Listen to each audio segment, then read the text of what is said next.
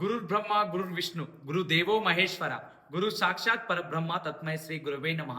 విద్యా బుద్ధులు నేర్పించినటువంటి గురువులందరికీ కూడా నేను శిరస్సు వంచి నమస్కరిస్తున్నాను. రీసెంట్ గా సోషల్ మీడియా లోపల ఒక వీడియో చూశాను. గురువుల పైన విపరీతమైనటువంటి పదజాలంతో దూషిస్తూ వారిపైన చేయి చేసుకోవడం నిజంగా బాధను కలిగించింది.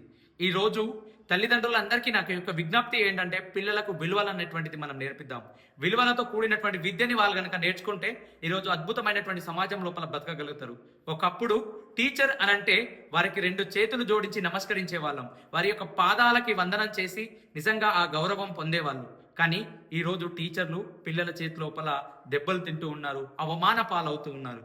నిజంగా చెప్పాలి అనంటే, ఒక ఆర్మీ ఆఫీసర్ దేశం కోసం అనునిత్యం కాపాడుతున్నటువంటి ఒక ఆర్మీ ఆఫీసర్ దేశ బార్డర్ లోపల యుద్ధం చేస్తుండొచ్చు. ఒక డాక్టర్ ఎవరైతే ఉన్నారో హాస్పిటల్ లోపల ప్రజల యొక్క ప్రాణాలు కాపాడడానికి అక్కడ యుద్ధం చేస్తుండొచ్చు. ఒక లాయర్ ఎవరైతే ఉన్నారో కోర్టులో యుద్ధం చేస్తుండొచ్చు.